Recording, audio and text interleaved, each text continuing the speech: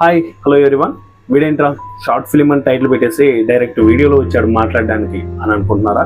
ఆ టాపిక్లకి వస్తున్నాం. జస్ట్ మీకు ఎక్స్ప్లెయిన్ చేయడానికి మాత్రమే ఈ విధంగా కనిపిస్తున్నాను. డైరెక్ట్ వీడియోలోకి వెళ్ళిపోదాం.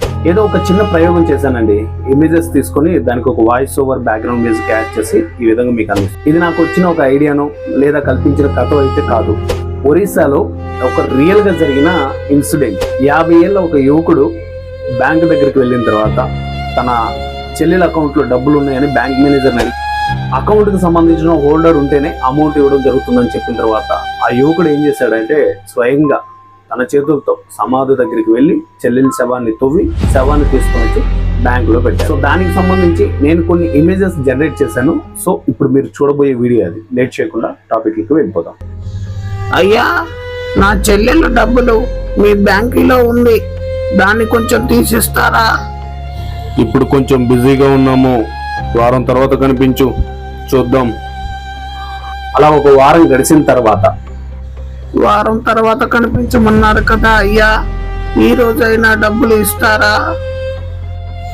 అలా ఇవ్వడం కుదరదు. ఎవరి పేరు మీద అకౌంట్ ఉందో వాళ్ళు వస్తేనే ఇస్తాము. నా చెల్లెలు చనిపోయిందయ్యా, సుమారుగా 10 రోజులు అవుతుంది. ఇప్పుడు డబ్బుతో చాలా అవసరం ఉంది, కొంచెం ఇవ్వండి. సరే, డెత్ సర్టిఫికేట్ ఉందా? అదేంటో కూడా నాకు తెలియదయ్యా. అలా ఆ వ్యక్తి లేకుండా అమౌంట్ ఇవ్వడం కుదరదు.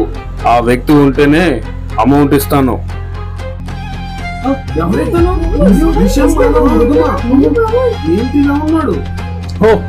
ఏంటయ్యా ఇది? ఏం తీసుకొచ్చావు? అయ్యా, ఇప్పుడు ఇస్తారా డబ్బులు? అమ్మ బాబోయ్, ఇదిగో అయ్యా మీ డబ్బులు. సో ఫైనల్ గా చూసారు కదా, ఎలా అనిపించిందో కామెంట్ చేయండి.